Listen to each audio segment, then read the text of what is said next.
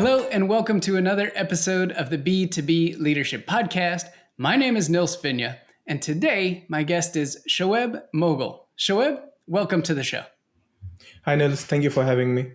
Oh, my pleasure. Excited to have you on talking all things leadership. But first, would you share with me and our audience the role that you're in today and the company that you work for? Sure. I am the director of engineering at a company called NewStore. NewStore's vision is to bring joy back to the shopping experience. NewStore is the only integrated platform offering omni-channel solutions for stores and consumers to deliver amazing shopping experiences everywhere. All right. So bring joy back to the customer experience. Tell me a little bit more about what joy have we been missing? Let me ask that. Exactly. So, as you know, retail has been there since humanity existed, right? Yeah. Retail won't go away, but the way retail has been done has constantly been changing. We have moved from exchanging stones, bricks to exchanging cards. Now we're into cryptocurrencies, right?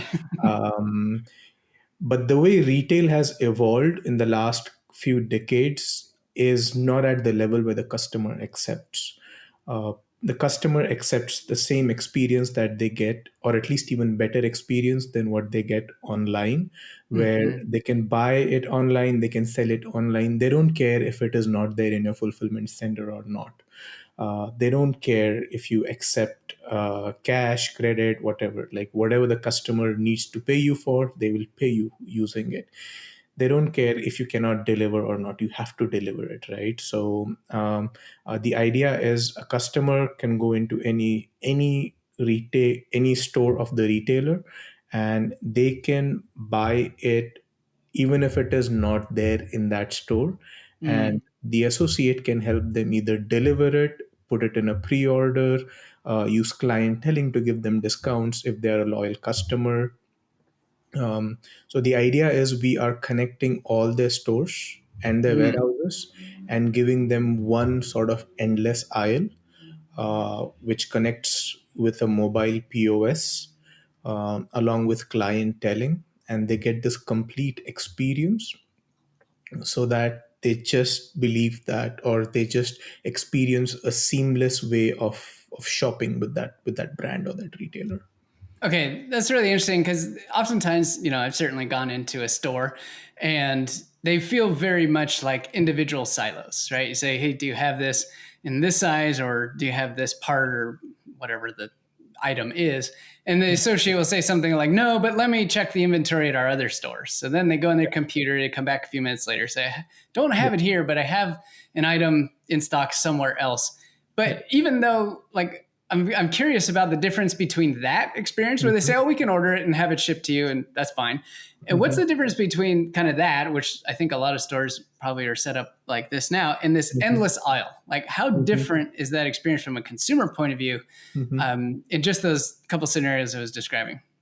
Well, the associate now doesn't have to run to a fixed hardware where they can search it. They just have it on their iPhone. In fact, the Mm, consumers also have it in their app, where they can go in a store and they can just quickly look it up, and they can buy it directly from there, and it gets delivered. The idea of endless aisle is you can no, even if you're buying it online, it is still connected to your stores. So let's say you're buying it from Boston, and there is a retail store in Boston and your warehouse is somewhere, maybe in China, yeah. right? But if you want it in 2 hours, we can make it happen because we will ship to you from the store. So Hmm. that is what we call an endless aisle. Wow. Interesting. Okay, cool. I look forward to that kind of an experience in the future, powered by you and New Store. And that's absolutely exciting because it is a little bit frustrating today when you know this stuff exists in some other place or it's just not connected and just not as easy as it should I be. And I know. love the term endless aisle. It makes me feel like you can't, there's nothing you can't get Exactly. within That's the whole point. relatively easy. And you doesn't always require an associate, right? Sometimes you Absolutely. could do that by yourself, perhaps, if they enabled it for the individual. Yep. We We have had some customers who, some of our retailers during the pandemic, they were able to sell the inventory from the closed stores Mm. because they had an integration that was enabled by NewStore.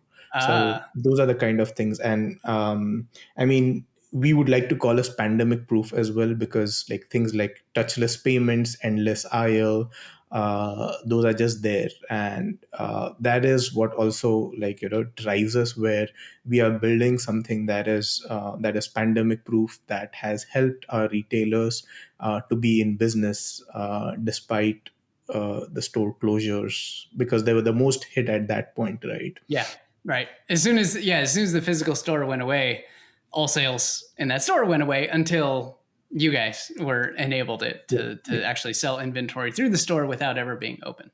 That's yep, really yep, cool. yep. Wonderful. Absolutely. Okay, awesome. So fantastic stuff that you and NewStore are doing. Now let's shift gears and would love to hear about how you got into your first leadership position. Yeah. I think I bumped into it. It wasn't a deliberate choice that I really wanted to be a manager.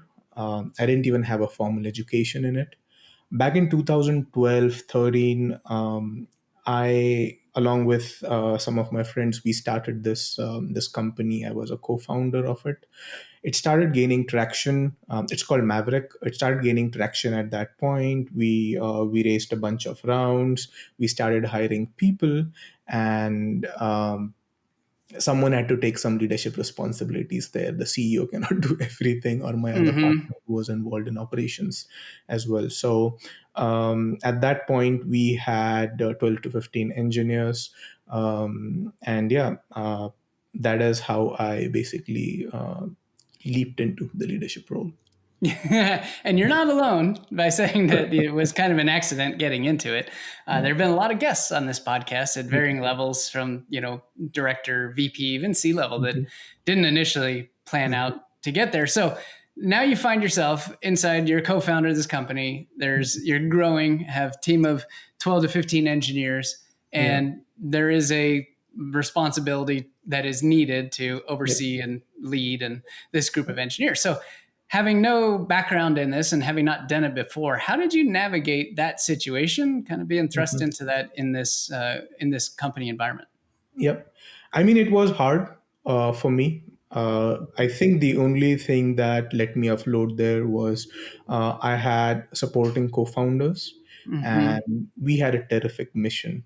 We wanted to bring micro influencers in the limelight. We wanted brands to really leverage micro influencers. So I got a lot of help from my co-founders, and also from the mission, which really helped us drive it. But I'd like to say that I wasn't successful being a manager at that point.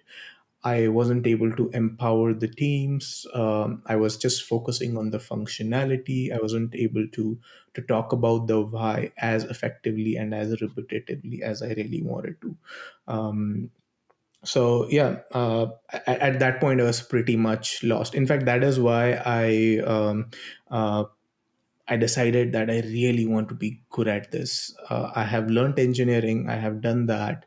Now I can build technology at scale, but I'm really bad at people management, and I Hmm. really need to. Even if I go into lead into management or not, if I want to grow and if I want to survive startups, I love startups. I don't think so I'll ever go away from the startup world. So I really needed to be good at leadership, and that is why I decided to constantly keep on learning and grow in it. Good.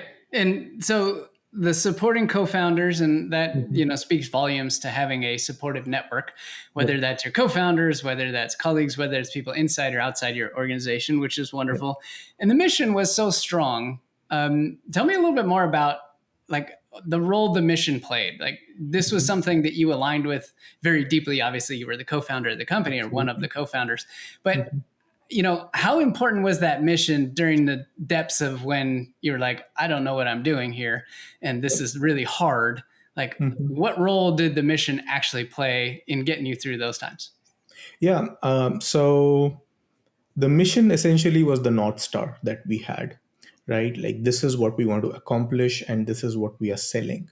The one thing that I was okayish was really understanding the business. What do you call, what exactly are we selling? So I was pretty close to our sales co-founder as well, and at that point I mean, we are a startup, right? So we have to, so whatever customer we are getting, we little bit drive to be sales driven. So what I think we were doing effectively at that point was constantly experimenting and constantly delivering one feature after the other. Uh, I mean, us SLAs initially were so bad. Like when I was the only engineer, we were like 80% uptime or something that right? But then pre-optimization is the root of all evil, right? So we focused on getting the right things out, even if Yeah. it means that we are uh, uh, it is barely able to run. That is what an MVP is. And yeah, I think we were really good at discovering what that MVP was. We didn't even know the concept of what continuous discovery was at that point, but we constantly iterated. The number of times I had rewritten something just to get one part of it out is just mind-boggling. And in fact, some of the engineers that joined us later on, and in fact, one of the head of engineering that we had joined, the feedback was he couldn't believe the amount of things that we built uh, in Mm. in such a short time. But the idea was also not to focus on output. It was always focused on outcome. We were at some point we were super hacky, but of course, like security was something that we never compromised. But things like building quick reports, quick analysis tools, quick SaaS applications using the existing APIs and stuff like that. So we were, I think, if I would measure the lead time, we had an incredible lead time at the very beginning. Yeah. Wow. Okay. So I'm curious for your take on this, Mhm. and which way you feel it goes. Great leaders are born, or great leaders are made? What do you think? I think great leaders are made. Hmm. I think it is an acquired quality. You constantly keep on learning, you constantly keep on growing. There's a famous saying that you are the average of five people that you hang out with. So Yep. if you don't have five people, have five books, I believe, and constantly keep on changing those books so that you keep on learning. So as long as you keep on learning, there are, if you, of course, like when you're a visionary, you have a vision, and how you execute that also matters, and all of that comes together. There were companies like Uber before Uber. There were electronic vehicles before Tesla, but the execution and who is doing it matters. But I firmly believe that it's not something like that you have come from birthright, from your Hmm. birth, but it is definitely that you constantly keep on learning and growing. Yeah, I agree 100% with you.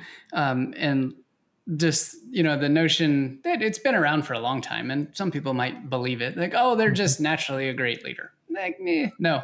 And we were fed this stuff in, early primary school and high school and college and, Yeah. in our professional jobs and things. And it's just been common terminology, I guess, that's been out there for a Yeah. while. And I agree with you 100%. Like, this stuff is not things as evidenced by, at this point, 55 plus recordings of this podcast with leaders of all different walks of life, all different backgrounds, all different industries, all different levels, all different types of companies. There isn't a single born leader who just came into the mix and knew how to do everything perfectly. Everybody struggled through it, right? And Absolutely. Yeah. I think I take your point, very seriously about it is about you making a decision to become a better leader. And that is what is at the core and what's most important for you, for your growth, for your development, for your team, et cetera. That's exactly why I created the B2B Leaders Academy, was for those people who wanted to, get an investment, make an investment in themselves to become a better leader. I wanted to provide a place where I could share my expertise and help them become better leaders, period, because it just doesn't come naturally. And sometimes these things are fairly straightforward and really easy tools to implement. And when you implement them, guess what? You get great results. That's amazing. So I'm with you 100%. Okay. I'm curious next for, you know, some of the learnings that came from that early team at Maverick, Mhm. and specifically with regards to, how you viewed the team, the engineers, right? You Mhm. were an engineer, you did all the work initially. Now all of Mhm. a sudden you're responsible for the team doing the work. How Mhm. did you like kind of mentally look at the team there, and Mhm. what have you learned now where you Mhm. see things differently from the people that report into you today? Yeah, yeah, yeah. So initially, when we started hiring at Maverick, we were so busy. We had so much stuff to do. We were like, we just want people who can execute for us, Yeah. right? We really wanted people who are good at execution. But quickly we realized that it doesn't solve a lot of problems. Maybe it helps you being productive in some areas, but it will still suck a lot of time if we do not have people who are driven. So we quickly pivoted from that mindset, and thankfully we did that earlier than later, and we started hiring people who are better than us.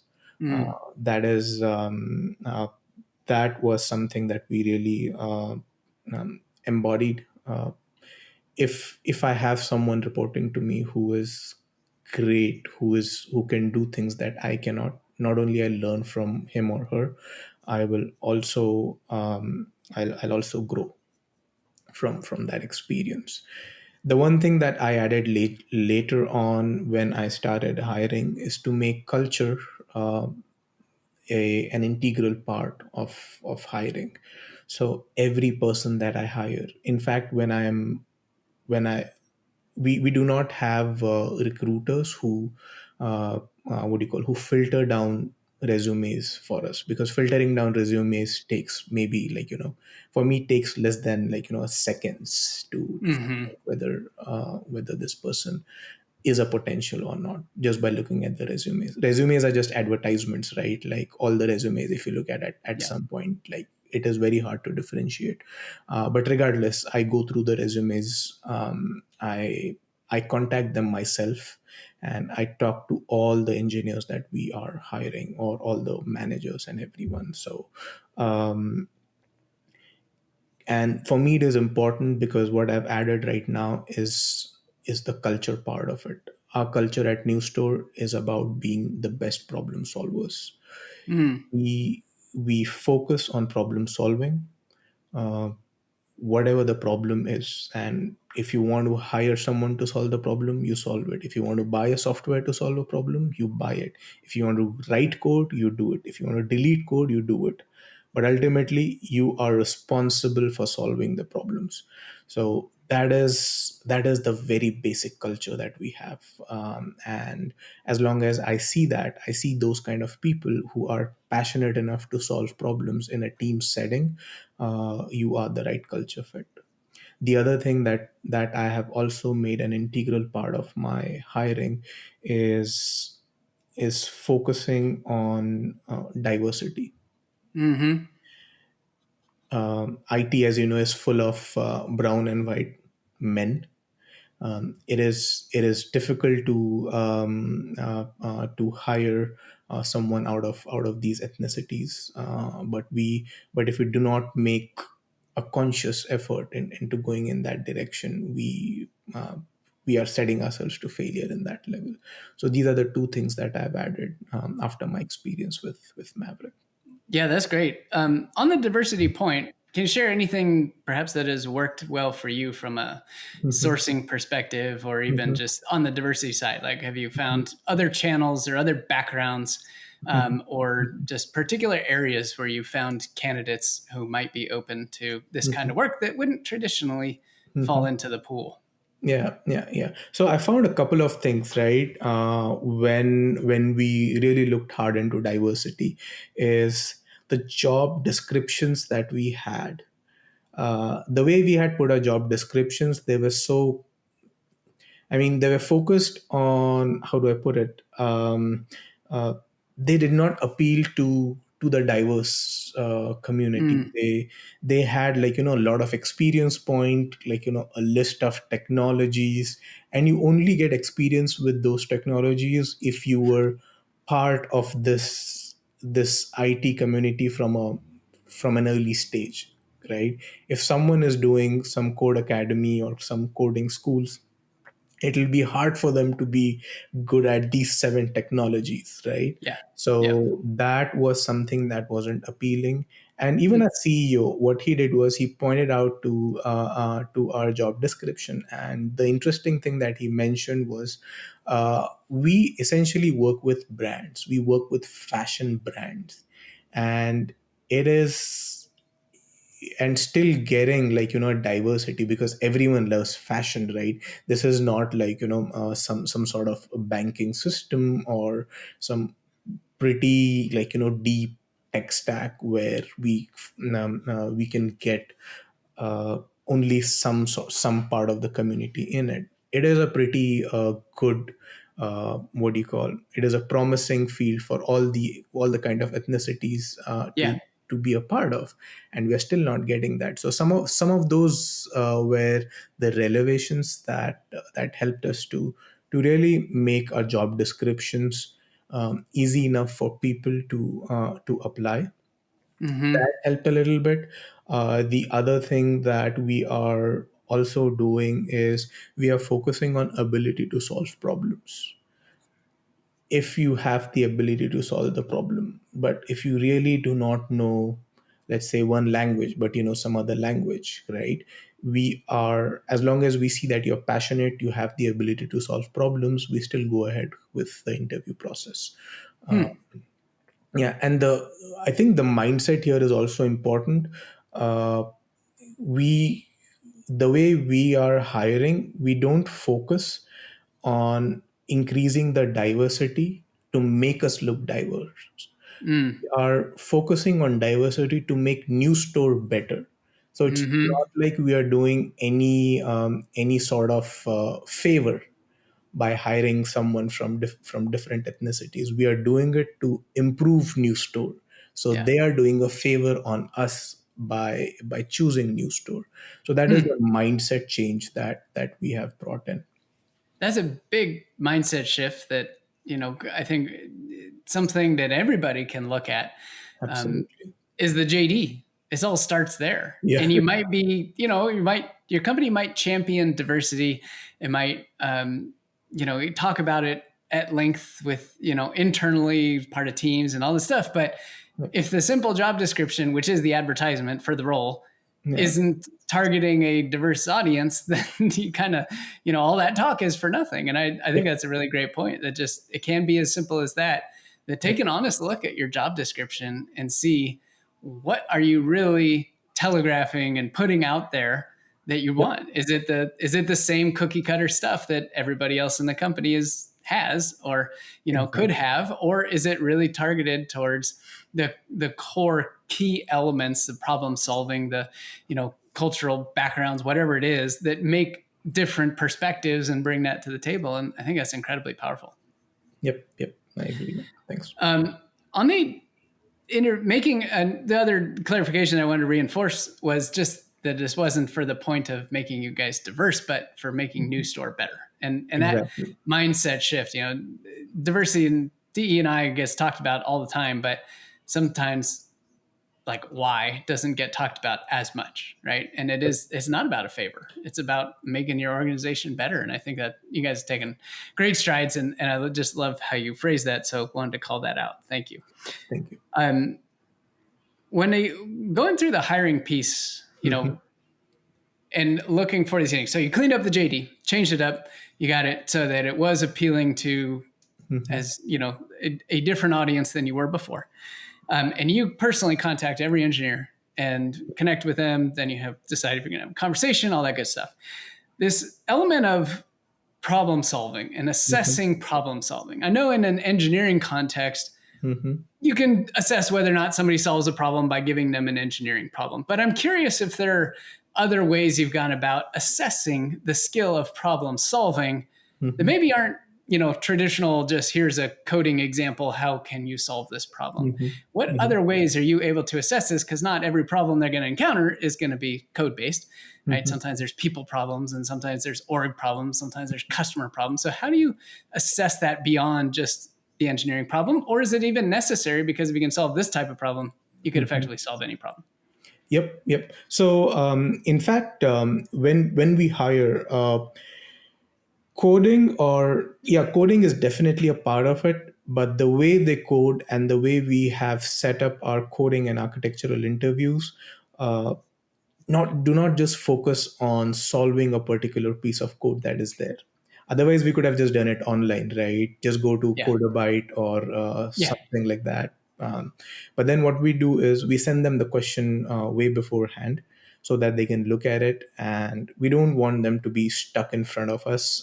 We want them to rather discuss it with the engineers, and solve it. So we focus on how the person behaves when they are, not only when they are stuck, but when they are solving something, how inclusive they are when they are doing that. Do they Mm. talk to the engineers? Do they brainstorm with the engineers, and how comfortable they are, right? So we the thing is, we are not really looking for 10x developers. We are trying to build 10x teams. So Mm. even if you are a little bit rough in coding, we have all the, what do you call, all the rail guards. Like, we do CI/CD, we have testing, we have code coverage, we have code linters that will keep on yelling at you if technically you go wrong somewhere, right? um, so we are not looking for, like, 10x developer. We are just looking for someone who is passionate enough to sit with us and solve the problem together. Hmm. Interesting. Love it. And it's fascinating when you bring that all the way forward, right? It's not just about the hard skills they have. It's not just about the soft skills they have. It's about the problem solving, but also the collaboration and the communication and how well they're going to integrate with the team. So I think it's great you Yep. expose them to that in the interview process as a way to find out, are Yep. they really going to be a good fit here? That's wonderful. Absolutely. Okay. So, Shoaib, last question here. Let's say that you could go back in time, knowing everything you know today, all the experiences you've had, all the progression that you've had in your leadership career and your engineering career, everything. Mhm. And you could sit down with your younger self when you and the other co-founders, were inside of Maverick and this team was blowing up to 12 to 15 engineers. And at Mhm. that point in time, when you were going to step into that leadership role, you could share some advice with your younger self based on everything you know today. What advice would you share? Mhm. Yeah, I think the first thing would be to show more empathy, Hmm. be in their shoes, and really understand what they are going through. So, for instance, the analogy I try to give is, I mean, I come from India, right? And from just where I grew up, and uh, the kind of work that I had before, the why aspect was usually missing. So let's say if someone asked me to build a table and gave me the dimensions, I just used to build the table, no question asked, Yep. just the dimensions, and I'm good.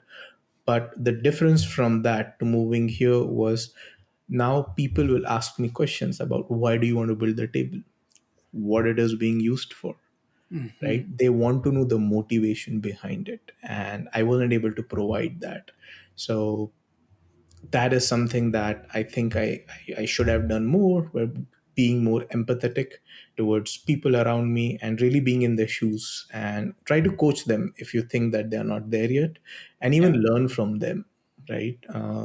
I think one of the things was, maybe internally I was uncomfortable sharing my Legos, where basically I was the only engineer for a very long period of time, Hmm. and I was building all of these things. And maybe internally, I was feeling insecure about sharing those. I still have mixed feelings about it, because I was like, I can't wait for someone to come and take this. And at the same time, I'm like, oh man, someone is going to take this from now. This is gonna suck, right? So, yeah, Yep. your mind plays funny tricks there, right? So that is one thing. And what was the other thing? Focusing more on why rather than the how. Uh, Hmm. so me and my other co-founders, we had I mean, we still have a great bonding. We have a good relation, and we trust each other a lot. And because we talk to each other so much, um, I think the thing was repeated so many times to me. Everything that we were doing, uh, it just used to get embedded in my head, and I never felt the need to ask more questions because we were always discussing and talking about it. So when I Mhm. was communicating that downwards, I wasn't communicating it multiple times, Mm. because like it is not always, I don't think so it is ever one and done. You constantly need to communicate, you need to repeat till people get disgusted by you on, like, how many times are you going to say the same thing. In fact, we do the same thing here as well. My boss, my current boss, he's great to work with. He always tells me that, how are you communicating, right? You cannot be that chicken who just goes there, hijacks the agenda, lays your chicken and just lays your eggs and just leaves, right? Yeah. So Yep. you have to be involved, like, you have to have your skin in the game. You have to keep on repeating things to your team. So if I had to go back, I would have done that, where I'm constantly repeating things, and mostly the why, not the how. Yeah. Yeah. The one thing, maybe, like, I don't know when the OKRs had started, but maybe, I don't know if we had OKRs. We had management by objectives at that point, Yes. something around The that. predecessor. Yeah. Hmm. Maybe I could have adopted something like that, where we really, like, used objectives to drive it, to really empower the engineers, and make sure that they are there, and we believed them that they solve the problem. We still believed them, but I don't think so I was empowering them enough, because of Hmm. all the things. Powerful lessons, incredible advice. Well, Shoaib, thank you so much for spending some time with me today, talking about your experience going all the way from, first time founder, getting thrust into a leadership position, all the learnings along the way, and all the great things that you and your team at NewStore are doing today. So thanks so much for sharing your expertise, your advice, your wisdom. And I can't wait to see all the wonderful things that you and the team are doing. And I'll talk to you soon. Thanks, Neil. It was great talking to you.